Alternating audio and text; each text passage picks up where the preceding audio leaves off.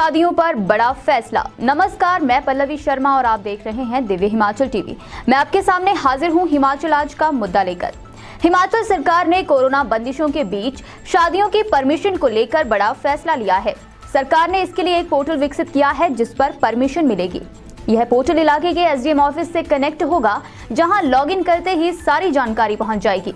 कैसे काम करेगा यह पोर्टल और कैसे रहेगी सरकार की इस पर नजर, हम पहाड़ी में इसी पर विस्तार से चर्चा कर रहे हैं अनिल अग्निहोत्री और राजेश शर्मा। कोरोना के कारण जो है लोगों को देखिए, ये अच्छी बात है कि हमारी सोसाइटी समझ रही है कोरोना के जो बंदिशें हैं उनका पालन बहुत अच्छे से हो रहा है। इसके लिए हम सब या हमारे प्रदेश के सभी लोग बधाई के पात्र हैं। और स्ट्रिक्टनेस की जरूरत है अपने एंड पे, सरकार के एंड पे, बिल्कुल अपने एंड पे वो हम और इम्पोज कर सकते हैं खुद पे। राजेश, एक दिक्कत आ रही थी, शादी या किसी फंक्शन के लिए परमिशन कैसे लें। हमारा सेगमेंट है शादी के लिए ऐसे लें परमिशन। राजेश जी, बंदिशें तो ठीक है, लोगों को जैसे मैंने कहा अभी दिक्कत आ रही थी, पिछले कल तक भी आ रही थी, आज भी शायद जी कि परमिशन लेनी कैसे है। बिल्कुल। अच्छा, इसका हल हमने आज, आप भी लगे थे, हम भी, हमारी पूरी टीम लगी हुई थी, हमने पता किया। शिमला से हमारा ब्यूरो ऑफिस लगे हुए थे, स्टेट ब्यूरो ऑफिस, हमारे state bureau chief Rajesh Malhotra, उनको भी हमने साथ दिया था। बिल्कुल। तो हमने अपने दर्शकों को ये बताना है कि आप परमिशन कैसे लें। बहुत आसान है राजेश, क्या है ये दिक्कत और कैसे सॉल्व होगी। बिल्कुल, पहली चीज कि अब किसी भी शादी या समारोह के आयोजन के लिए सरकार से परमिशन लेनी होगी या प्रशासन से परमिशन लेनी होगी, नहीं तो कार्रवाई तय है, इतना पक्का है। परमिशन लेनी होगी, किसी दफ्तर का चक्कर नहीं काटना होगा अग्निहोत्री जी, ऑनलाइन ही परमिशन मिलेगी। सरकार ने लोगों की सुविधा के लिए इवेंट रजिस्ट्रेशन पोर्टल की व्यवस्था इसके लिए कर दी है जी।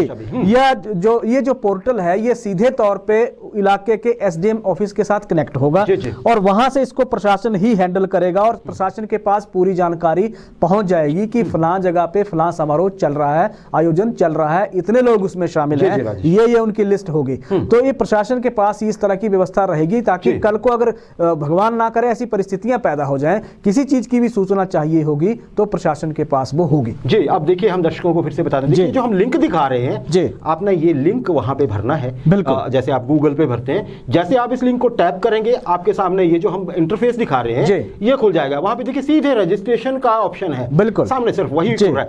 और ये वही पोर्टल है रजिस्ट्रेशन के लिए राजेश, जो पहले 2 बार भी कोविड टाइम्स पे यूज हो चुका है। लिंक हम आपको दिखा रहे हैं, जो खुलेगा वो भी हम आपको स्क्रीनशॉट दिखा रहे हैं उसका, इसका है ना जी, इंटरफेस दिखा रहे हैं वो सामने वाली चीज का। ये पोर्टल ऐसे खुलेगा, सीधे आपने रजिस्ट्रेशन पे जाना है, जो मांगा गया। जैसे आपने कहा राजेश, जैसे ही आप अपनी सब डिवीजन भरेंगे सीधे ये डायरेक्ट हो जाएगा कंसर्न सब डिवीजन ऑफिसर को, दैट इज एसडीएम जो है आपके इलाके के। और फिर देख राजेश, अच्छा ये तो हो गया अप्लाई करने का तरीका। एक और चीज है राजेश, जैसे 100 व्यक्ति खुले में और 100 व्यक्ति एनक्लोज्ड स्पेस, जी जी बिल्कुल, जैसे घर है, हॉल है, मैरिज पैलेस है, कुछ भी है, बैंक्वेट हॉल है, वहां पे तो 100 और खुले में 300 व्यक्ति शामिल है। अच्छा, इस पे हम देखिए इसमें कितना आवश्यक है कि हम इन चीजों को माने।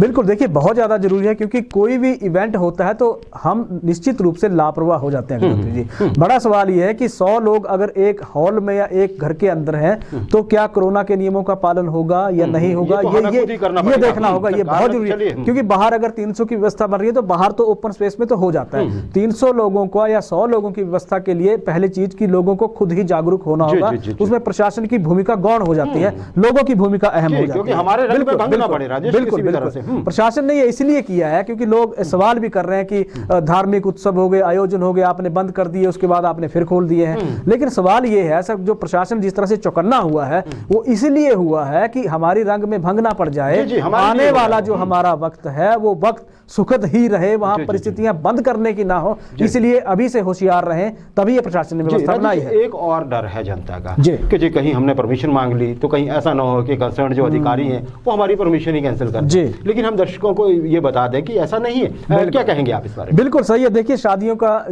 जो सीजन है वो शुरू होने वाला है, अभी 19 से ये सीजन शुरू हो जाएगा। लोगों को एक था कि शादियां नहीं होगी, एक मैसेज चला गया था एक तरह से, जिस तरह की व्यवस्था, शादियां हो रही हैं, पूरे आयोजन होंगे, उत्सव होंगे, सिर्फ परमिशन की बात है। नहीं, कोई कुछ कैंसिल होने वाला नहीं। जो इवेंट जो रजिस्ट्रेशन जो पोर्टल होगा उसमें जैसे उसकी व्यवस्था कैसे रहेगी वो थोड़ा सा मैं क्लियर कर देता हूँ। 50% इंडोर और जो क्षमता के साथ वहां बिल्कुल उसका चलना होगा। करना क्या होगा इवेंट पोर्टल पर, इवेंट रजिस्ट्रेशन पोर्टल पर जाकर इवेंट इवेंट टाइप को सिलेक्ट करना होगा, जहां तमाम जो कैटेगरीज बनाई हुई हैं। बिल्कुल बन जाएंगी, जिसमें जो कैटेगरी कौन कौन सी, जैसे शादी है, धार्मिक आयोजन है, राजनीतिक कार्यक्रम है, मनोरंजन या सामाजिक कार्यक्रम, इस तरह की कैटेगरी एक बनी है। इनमें से जो भी होगा उसको सिलेक्ट कर लें। फिर जैसे शादी का किसी ने सिलेक्ट कर लिया, तो शादी का जब आएगा तो शादी के में ऑप्शन आएगी लिस्ट, मेहमानों की लिस्ट अटैच करने की। वहां लिस्ट मेहमानों की अटैच करनी ही होगी, ये निहायत जरूरी है। बिना इसके काम नहीं होगा, ये अटैच करनी होगी। फिर मेहमानों की संख्या भी बतानी होगी कि इतने हमारे पास मेहमान शादी के लिए आ रहे हैं। बिल्कुल। इसके अलावा आयोजन स्थल का नाम बताना होगा, जैसे अगर कोई ग्रामीण क्षेत्र है तो उसका नाम होगा, शहरी क्षेत्र है तो उसका भी नाम होगा। डेट होगी, किससे कितनी तारीख से लेकर कितनी तारीख तक फंक्शन ये चलेगा। आयोजनकर्ता की डिटेल उसमें आएगी, क्या है, क्या करते हैं, किस तरह का उनका कारोबार या तामझाम है।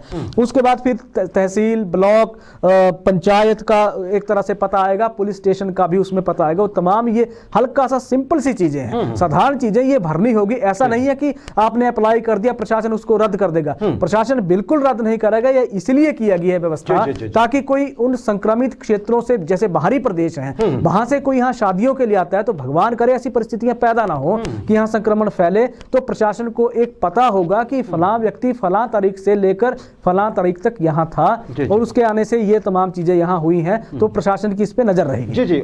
और एक और चीज जरा क्लियर करते हैं, ये बिल्कुल हार्ड एंड फास्ट नहीं है कि बिल्कुल बिल्कुल वही होने चाहिए। बिल्कुल आगे पीछे हो सकता है, बिल्कुल संख्या पे ज्यादा ध्यान रहना चाहिए, लेकिन आपको पता जरूर हो कि ये आए हैं, ये नहीं आए। ऐसा नहीं वहां पे कोई ऑफिसर आपकी वेरीफाई करने आ जाएगा कि आप बताइए जी मैं तो 3 थे, 4 कैसे हो गए, है ना जी, या 1 लिखा था 2 कैसे आ गए, ऐसा नहीं है। लेकिन आपको टेंटेटिवली पता हो, टेंटेटिवली। सबसे बड़ी बात ये है, प्रशासन ये चाहता है कि जो आयोजन करता है वो थोड़े से अवेयर हो, उनको पता हो, सतर्क हो जाए, लेकिन फिर भी अपनी तरफ से पूरी कोशिश करें कि लिस्ट लगभग प्रॉपर हो। राजेश, खैर ये सब कुछ हो गया, हमने बता भी दिया अपने दर्शकों को, उम्मीद है काम आएगा। आज के आंकड़े राजेश जल्दी से कुछ हैं अगर आपके पास तो। बिल्कुल। देखिए, हिमाचल की अगर हम बात करते हैं राष्ट्रीय स्तर की, तो सबको पता है। हिमाचल की बात कर लेते हैं अग्निहोत्री जी, 11,000 के पास पार कोरोना के एक्टिव केस हो गए हैं।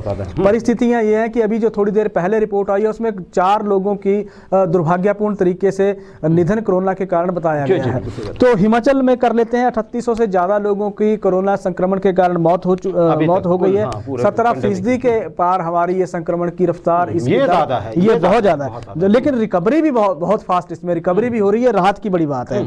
तो ये इस तरह के आंकड़े हमारे पास सामने ये आए हैं। जी जी राजेश, बस यही हमारा अनुरोध रहेगा सभी दर्शकों से, बच के रहें। हमारे हाथ में ही सारा कुछ है, अपनी सावधानी, क्योंकि आर्थिक गतिविधियां, बाजार खुले रखना हमारी जरूरत है जी। और हमारे एक तरह से देखिए आवश्यकता ऐसी है कि बेरोजगार होकर कोई घर नहीं बैठ सकता है, तो थोड़ा सा अपने ही एंड पे हम लोग सब करें, ये अच्छा रहेगा। जितना हम बिल्कुल सही बात है।